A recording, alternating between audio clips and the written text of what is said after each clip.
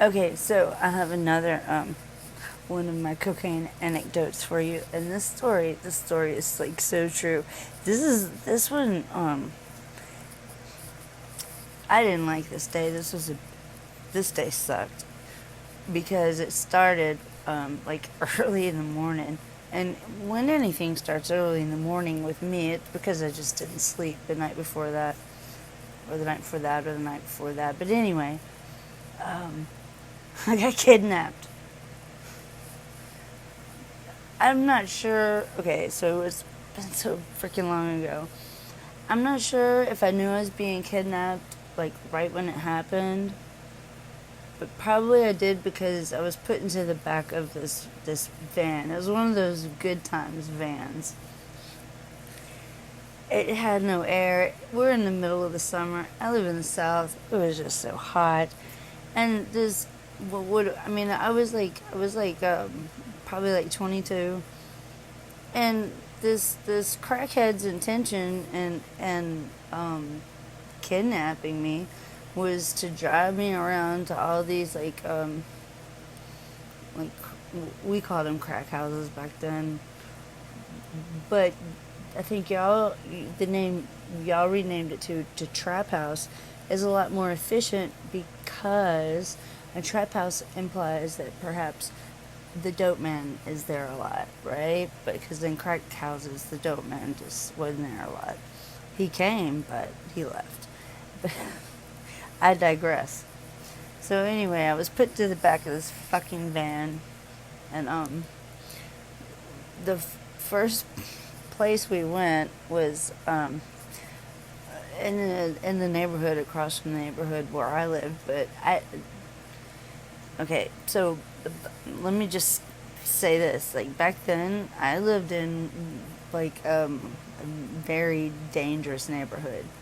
You could go out. I could go outside. Anybody could go outside at any time of the day or night, and you just stand there for about 2 minutes. You're gonna hear a gun go being shot, and it was like out of just barely out of city limits. So there were no city cops. It was only the sheriffs, and I don't know if y'all sheriffs are like ours, but they're a little bit different. Not so as gung-ho as the cities. Okay, so anyway, we go to this one apartment. We walk in. I don't know none of these people. I don't even really know the kidnapper, save maybe just a little bit. But um, when we walked in, there was three guys like with they all had on like black hoodies and all zipped up, and they had straps around them with these large machine guns. I'm not a gun aficionado, so I couldn't tell you what kind of gun it was, but I know it was some type of automatic military grade. And these dudes walking around this apartment, I think there was three of them. None of them spoke, and they would just walk, and all three of them, not at the same time, but they would go to the window and peep out the blinds, like they're the ones on crack. I'm like, the fuck, where am I? Am I like in a alternate universe? This is so weird. So anyway, the kidnapper instructs me to go in the bedroom with one of these guys, right? So I'm like, okay. So I go in there and I sit on the bed. He doesn't speak, but he pulls out his man part, right?